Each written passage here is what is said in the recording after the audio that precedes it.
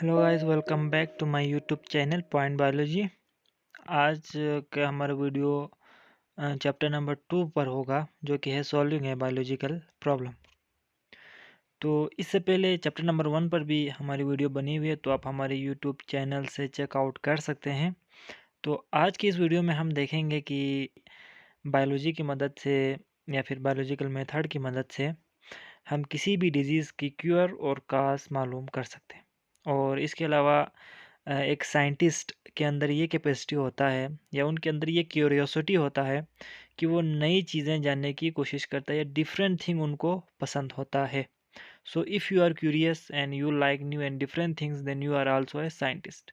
और as a scientist, जो साइंसदान किसी भी प्रॉब्लम को हल करने के लिए जो मेथड यूज़ करते हैं, उस मेथड को कहते हैं साइंटिफिक मेथड।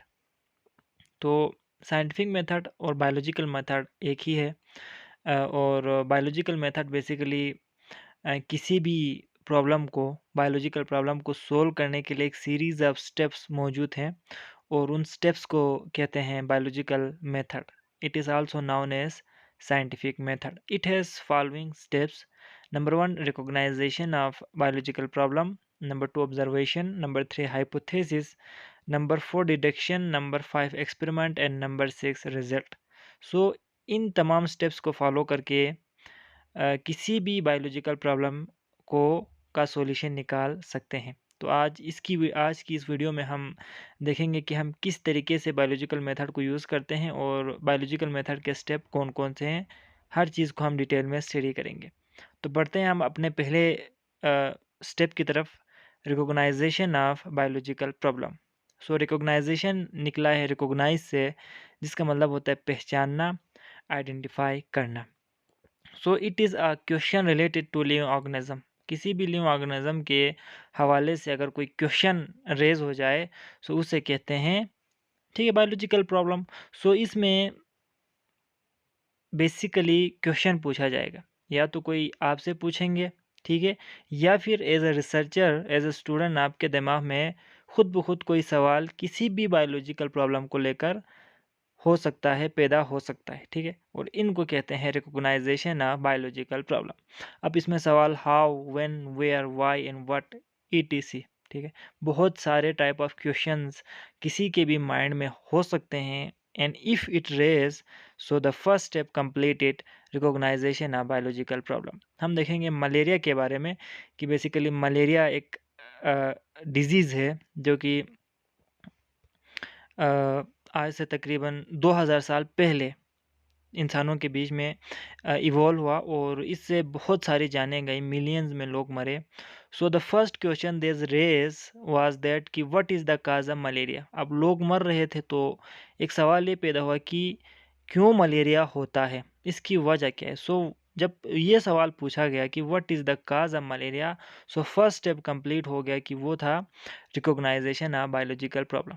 और जब हम इसको रिकॉग्नाइज करते हैं, तो जो सेकेंड स्टेप शुरू होता है वो है ऑब्जर्वेशन, ठीक है। उस चीज़ के बारे में ऑब्ज़र्व करते हैं, मुशाहिदा करते हैं, उसके बारे में मज़ीद चीज़ें जानते हैं, ठीक है। तो ऑब्ज़र्वेशन में बेसिकली 5 सेंसेस का इस्तेमाल करते हैं। और 5 सेंस हमें पता है, सेंस ऑफ विज़न है, देखने की, सुनने की, सूंघने की, चखने की और छूने की, 5 सेंस है। तो इन 5 सेंस को यूज़ करके आपने किसी भी प्रॉब्लम के बारे में ऑब्ज़र्व करना है। तो इसमें जो ऑब्ज़र्वेशन है वो 2 टाइप के होते हैं, qualitative observation and quantitative observation, ठीक है। तो क्वालिटेटिव निकला है क्वालिटी से, और इसमें क्वालिटी के बारे में आपने ऑब्जर्व करना है, ठीक है। जैसे किसी भी प्रॉब्लम के उसमें क्वालिटीज़ कौन कौन से, फॉर एग्जांपल आई सेड कि कप ऑफ हॉट वाटर, ठीक है। कप ऑफ हॉट वाटर मैं कहूँगा, तो इसमें यह होगा कि जो मैंने हॉट वर्ड यूज़ किया है, दिस इज़ क्वालिटी, गर्म है, ठीक है, मैं ये कहता हूँ। अब इसके बरअक्स जो क्वांटिटेटिव में हम क्या करते हैं, it is based on measurable values. For example I said 1 litre of water, ठीक है। So when I said 1 litre of water, so we can measure 1 litre, ठीक है। तो ये हमारे पास आता है क्वांटिटेटिव ऑब्जर्वेशन में। तो जो ऑब्जर्व आप करते हो किसी चीज़ को भी, किसी भी प्रॉब्लम को भी, सो ये 2 टाइप के आप ऑब्जर्वेशन को याद रखना है, अपने माइंड में रखना है। ये क्वालिटी भी हो सकता है और क्वांटिटी भी हो सकता है, ठीक है। अब हम मलेरिया की बात करते हैं कि मलेरिया में हमने क्या क्या चीज़ें ऑब्जर्व की। So when we ask what is the cause of malaria, so इसके बारे में ऑब्जर्वेशन शुरू हो गई। सो 4 मेजर ऑब्जर्वेशन मलेरिया के बारे में हमें उस वक़्त पता चला जब शुरू में हमने ये सवाल पूछा था। तो first observation was malaria and marshy areas have some relation. Marshy areas कहते हैं जो दलदली एरिया हो, जहाँ पर पानी ठहरा हुआ हो और वहाँ पर कीचड़ हो गया हो और वहाँ पर गंदगी ज़्यादा हो, तो मार्शी एरियाज़ होता है। तो मलेरिया मार्शी एरियाज़ में ज़्यादा देखा गया, वहाँ पर ज़्यादा लोगों को होता था। Second observation was quinine is the effective drugs of treating malaria, यानी मलेरिया को इलाज क्विनीन से हो रहा था। Quinine is just a drugs, ठीक है। और इसके अलावा third observation was drinking the water of marshes does not cause malaria. अब as I said, first observation हमने कहा कि मार्शी एरियाज़ में मलेरिया होता है, और थर्ड ऑब्जर्वेशन हमें ये बता रहा है कि जो मार्शी एरियाज़ में जो मलेरिया हो रहा है, उस मार्शी वाटर को पीने से हमें मलेरिया नहीं होता। This was the third observation. और the first one is plasmodium is seen in the blood of malaria patient, ठीक है। प्लाज्मोडियम क्या है? It is a unicellular organism, बहुत ही माइक्रोस्कोपिक होता है, इसमें एक ही सेल होता है, लाइक अमेबा, और ये जो है ना मोल्ड्स में आता है, उसकी कैटेगरी में आता है। सो जिनको मलेरिया होता था उनके ब्लड के अंदर प्लाज्मोडियम को देखा गया, ठीक है। So this was just 4 observation, और इसकी मदद से जब ये हो जाता है तो हमारा नेक्स्ट स्टेप शुरू होता है फार्मूलेशन ऑफ हाइपोथेसिस। अब हाइपोथेसिस क्यों बनाते हैं? हाइपोथेसिस कहते हैं मफरूज़े को, ठीक है। आपने कोई चीज़ सपोज़ करना है, इसे कहते हैं हाइपोथेसिस। अब जैसे कि हमने ऑब्जर्वेशन में देखा, पीछे बहुत सारी चीज़ें हमने ऑब्जर्व करते हैं किसी भी प्रॉब्लम में, जैसे कि मलेरिया हो गया। लेकिन आप इस ऑब्जर्वेशन को लेकर आगे जा नहीं सकते, बिकॉज़ इसमें बहुत सारे पॉइंट्स होते हैं और इन सब पॉइंट को आप एक साथ स्टडी नहीं कर सकते। So you have to formulate a hypothesis. इन सब को मिलाकर इन सब का एक निचोड़ आपने पैदा करना है। निचोड़ जिसे हम कहते हैं हाइपोथेसिस, और उसमें क्या होना चाहिए? जो भी आपने ऑब्जर्व किया है वो चीज़ें उसमें इंक्लूडेड होनी चाहिए, ठीक है। तो इसके कुछ कैरेक्टरिस्टिक्स भी हैं, खुसूसियत होनी चाहिए, क्या कैसे बनाने हैं हमने हाइपोथेसिस, ठीक है। कुछ आइडिया हमें कैसे कि हम एक हाइपोथेसिस बनाएं तो किस तरह बनाएं। सो it should be a general statement. एक जनरल स्टेटमेंट होना चाहिए, आम सा कोई सेंटेंस होना चाहिए, जिसमें मतलब एक सेंटेंस हो उससे, या फिर 2 सेंटेंस हो, लेकिन मतलब बहुत लेंथी आपके पास कोई पैराग्राफ की शक्ल में हाइपोथेसिस ना हो, जनरल स्टेटमेंट हो। It should B tentative. Tentative का मतलब है ईज़िली लोगों को समझ में आए या ईज़िली पिक कर सकें, and it should agree with the available observation. जो आपने ऑब्ज़र्व किया है उसके हिसाब से आपकी हाइपोथेसिस हो, उससे हटकर उसमें कोई चीज़ शामिल ना हो। And the fourth and last one is it should be testable and falsifiable. इसको टेस्ट किया जा सके, लाइक कि आप इसको प्रैक्टिकली एक्सपेरिमेंट कर सकें इसके हवाले से, और इसको सही या फिर इसको गलत साबित कर सकें। ऐसा भी ना हो कि आप उसको परफॉर्म करो लेकिन आपको कोई रिजल्ट ना मिले, ठीक है। तो ऐसा हाइपोथेसिस नहीं होना चाहिए। हाइपोथेसिस कैसा होना चाहिए कि इसको सही, ट्रू या फॉल्स आप इसको कंसिडर कर सकते हो, ठीक है। अब हम मलेरिया की तरफ आते हैं। तो मलेरिया ने जो हमने ऑब्ज़र्व किया था, उसमें जो हमने 4 पॉइंट इसके ऑब्ज़र्वेशन लिखे थे, तो इसको लेकर एक साइंटिस्ट था लेवरिन, इसने 1882 में एक हाइपोथेसिस बनाया, यानी इन तमाम पॉइंट्स का निचोड़ बनाया, और उसने कहा कि plasmodium is the cause of malaria, ठीक है। एक सिंपल सेंटेंस है और इट इज़ हाइपोथेसिस। उसने ये फ़र्ज़ कर लिया कि हो सकता है प्लाज्मोडियम जो मलेरिया के पेशेंट के खून में हमें नज़र आ रहा है उसकी वजह से मलेरिया होता है। It is just an hypothesis. So this is the hypothesis, और इसको अभी हमने आगे जाके इसको टेस्ट करना है, इस पर एक्सपेरिमेंट करना है कि वाक़ई में ये ठीक है या फिर ये गलत भी हो सकता है। ठीक हो गया तो वेल एंड गुड, हमारा रिज़ल्ट आ जाएगा। लेकिन अगर इसके हिसाब से आपके रिज़ल्ट ना आए, so you have to come here again. आपने हाइपोथेसिस पे दोबारा आना है, दोबारा से ऑब्ज़र्व करना है, फिर हाइपोथेसिस बनाना है, नए हाइपोथेसिस के साथ आगे फॉरवर्ड करना है, ठीक है। अब इसके बाद जो नेक्स्ट स्टेप है ये बहुत अहम है, इसे कहते हैं डिडक्शन। डिडक्शन का मतलब होता है कुछ हासिल करना, कुछ निकालना, ठीक है। जैसे कि हमने हाइपोथेसिस बनाया, अब इस हाइपोथेसिस से आपने कुछ और चीज़ें क्या करना है, एज्यूम करना है, ठीक है। अब इसमें मैं क्या कह रहा हूँ, deduction are the logical consequence of hypothesis. Consequence कहते हैं नतीजा, ठीक है।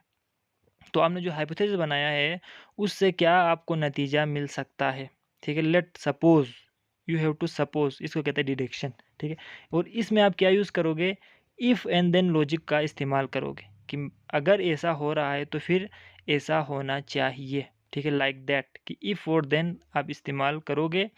और डिडक्शन में क्या होता है, ये ट्रू भी हो सकता है, एक्सपेरिमेंट जब आप करोगे तो आपका ये ट्रू भी हो सकता है, आपने जो डिड्यूस किया है, इफ़ एंड देन इस्तेमाल किया है, या फिर आपने जो इफ़ एंड देन इस्तेमाल किया है वो रिजेक्ट भी हो सकता है। So it should be according to the hypothesis, और इसको आगे जाके आपने टेस्ट करना है थ्रू एक्सपेरिमेंट। तो अगर हम मलेरिया की तरफ आएँ तो हमने कहा था कि plasmodium is the cause of malaria. So इसमें हमने क्या डिडक्शन निकाला, if plasmodium is the cause of malaria then all person ill with malaria should have plasmodium in their blood. ज़ाहिर बात है ना कि अगर प्लाज्मोडियम की वजह से मलेरिया होगा तो जितने भी पेशेंट हैं, जितने भी मलेरिया इन्फेक्टेड लोग हैं, उन सब के ब्लड में प्लाज्मा होना चाहिए। इफ़ ये हो जाए सो हमारा जो हाइपोथेसिस वो सही हो जाएगा, ट्रू हो जाएगा। लेकिन इसके हिसाब से आपके रिजल्ट ना आए सो आपका जो हाइपोथेसिस है वो रॉन्ग हो जाएगा, ठीक है। तो अब इस पर हम करेंगे experimentation. As we know experiment क्या होता है, आपने इसको परफॉर्म करना है through collecting data, through quantitative and qualitative, दोनों मेथड से आपने इसको अब सही साबित करना है जो आपने हाइपोथेसिस बनाया था। Experiment are performed to prove if hypothesis is true or not, and जो आपने डिडक्शन किया है हाइपोथेसिस से उसको आप टेस्ट करोगे, ठीक है। सो हम मलेरिया की तरफ आते हैं कि जो मलेरियन पेशेंट था तो आप इसमें एक्सपेरिमेंट किया गया, 100 पेशेंट से ब्लड सैंपल लिए और इसको माइक्रोस्कोप से एग्जाम किया, और जो रिज़ल्ट हमें मिला उसमें हमने ये देखा कि जितने भी 100 पेशेंट थे उन सब के ब्लड में प्लाज्मोडियम मौजूद था।